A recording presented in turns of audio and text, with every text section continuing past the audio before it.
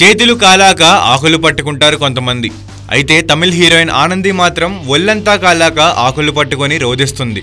నిన్న మొన్నటిదాకా తమిళ్ సినీ పరిశ్రమలో హోమ్లీ గర్ల్ ఇమేజ్ ని మెయింటైన్ చేసుకుంటూ వచ్చిన ఈ అమ్మడు రీసెంట్ గా రిలీజ్ అయిన త్రిష, ఇలియానా, నయనతార, పుణ్యమా అంటూ ఒక్కసారిగా అడల్ట్ హీరోయిన్ గా మారిపోయింది.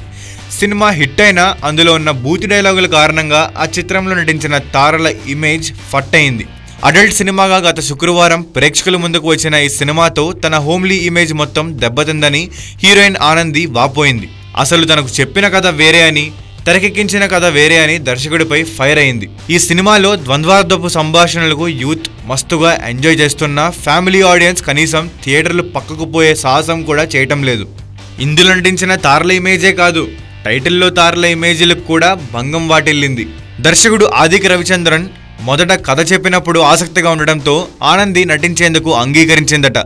పైగా ఇందులో తనే మెయిన్ హీరోయిన్ అని, మరో హీరోయిన్ ముఖ్య పాత్ర పోషిస్తుందని చెప్పాడట. తీరా సినిమా విడుదలయ్యాక చూస్తే తన క్యారెక్టర్కి పెద్దగా ప్రాముఖ్యత లేకపోగా ఎబ్బేట్టుగా అనిపించేసరికి చాలా బాధపడింది.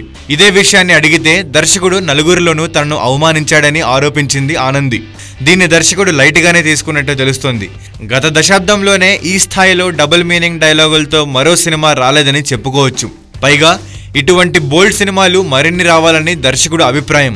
ఇది ఫ్యామిలీ, మహిళా ప్రేక్షకులకి ఆగ్రహం రెప్పించినా కుర్రకారు మాత్రం బాగా ఎంజాయ్ చేస్తోంది. అయితే ఇదంతా గమనిస్తున్న కాలీవుడ్ వర్గాలు ఇది ఒక రకమైన పబ్లిసిటీ స్టంట్ అంటూ ఈ విషయాన్ని లైట్ తీసుకోవడం కొసమెరుపు. తెలుగు సినీ పరిశ్రమలో అక్కినేని హీరోలకి మొదటి నుండి రొమాంటిక్ హీరోలు అని పేరుంది. ఆ తరంలో ఏఎన్ఆర్తో మొదలైన ఆ ట్రెండ్ ఆ తర్వాత నాగార్జున కూడా ఫాలో అయ్యాడు.